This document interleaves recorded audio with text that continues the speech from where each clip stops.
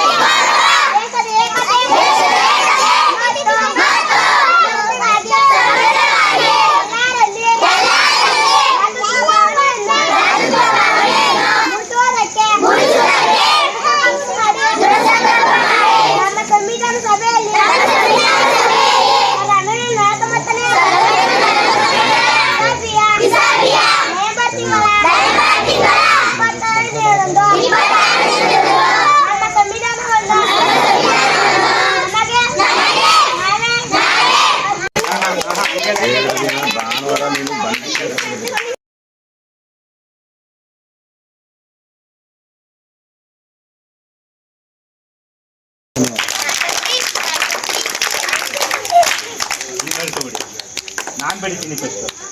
1 2 3 start.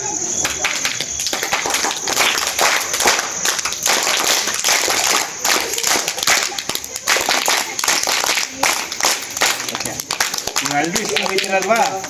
ನಿಮ್ಮ ಹತ್ರ ಕಳೆದಷ್ಟೊಂದು ಮಾಡಿದ್ವಿ ನಾವು. ಉಯ್ಯಂಬಳ್ಳಿ ಗ್ರಾಮದಲ್ಲಿ ಆಗ್ಬೋದು ಅಥವಾ ರಾಷ್ಟ್ರೀಯ ಹಬ್ಬಗಳಲ್ಲಾಗ್ಬೋದು, ಅಂಬೇಡ್ಕರ್ ಜಯಂತಿ ಒಂದು, ಇನ್ನೊಂದು ಡಿಸೆಂಬರ್ 6 ಬಾಬಾ ಸಾಹೇಬ್ ಅಂಬೇಡ್ಕರ್ ಅವರು ಸತ್ತಂಥ ದಿನ 2, 3ನೇದು ಅಕ್ಟೋಬರ್ 14 ಡಾಕ್ಟರ್ ಬಾಬಾ ಸಾಹೇಬ್ ಅಂಬೇಡ್ಕರ್ ಅವರು ಬೌದ್ಧ ಧರ್ಮ ಸ್ವೀಕರಿಸಿದ ದಿನ, ಮತ್ತು ನವೆಂಬರ್ 26 ಸಂವಿಧಾನ ಜಾರಿಯ ದಿನ, ಮತ್ತು ಜನವರಿ 26 ಗಣರಾಜ್ಯೋತ್ಸವ ದಿನವನ್ನು ನಾವು ಆಚರಣೆ ಮಾಡ್ಕೊಂಡು ಬರ್ತಾಯಿದ್ದೀವಿ. ಆದರೆ ನನ್ನ ಒಂದು ಸಲಹೆ ಏನಪ್ಪ ಅಂದರೆ, ನಮ್ಮ ಹಿರಿಯರು ಮತ್ತು ಗ್ರಾಮಸ್ಥರಲ್ಲಿ ಒಂದು ಮನವಿ, ಪ್ರತಿ ಹುಣ್ಣಿಮೆ ಕಾರ್ಯಕ್ರಮವನ್ನು ನಮ್ಮೂರಲ್ಲಿ ಹಮ್ಮಿಕೋಬೇಕು ಅಂತ ನಾನು ಅಂದ್ಕೊಂಡಿದ್ದೀವಿ. ದಯವಿಟ್ಟು ನಿಮ್ಮೆಲ್ಲರ ಮುಂದೆ ಇಟ್ಟಿದ್ದೀವಿ. ಎಲ್ಲ ಮಕ್ಕಳಿಗೂ ಪ್ರತಿ ಹುಣ್ಣಿಮೆ, ತಿಂಗಳು ಹುಣ್ಣಿಮೆ ಬರ್ತದಲ್ಲ, ಅದೇ ಪ್ರತಿ ತಿಂಗಳು ಒಂದು ಬರ್ತದೆ. ಹುಣ್ಣಿಮೆ ದಿನ ನಮ್ಮ ಸ್ಕೂಲ್ ಶಾಲೆಯ ಮಕ್ಕಳಿಗೆ ಪ್ರತಿ ಮಕ್ಕಳಿಗೂ ನೀಲಿ ಟವಲ್, ಬಾಬಾ ಸಾಹೇಬರು ಭಾವಚಿತ್ರ ಉಳ್ಳಂಥ ನೀಲಿ ಶಾಲೆಯನ್ನು ಮಕ್ಕಳ ಕೊರಳಿಗೆ ಹಾಕಿ ಮೂಗುಬತ್ತಿಯನ್ನು ಇಡಿಸಿ ಶಾಲೆಯಿಂದ ನಮ್ಮ ಪ್ರತಿಯೊಂದು ಬೀದಿಗಳಲ್ಲಿ ಮೆರವಣಿಗೆ ಮಾಡಬೇಕು ಅನ್ನೋದು ನಮ್ಮ ಒಂದು ಆಸೆ ಆಗಿರ್ತದೆ.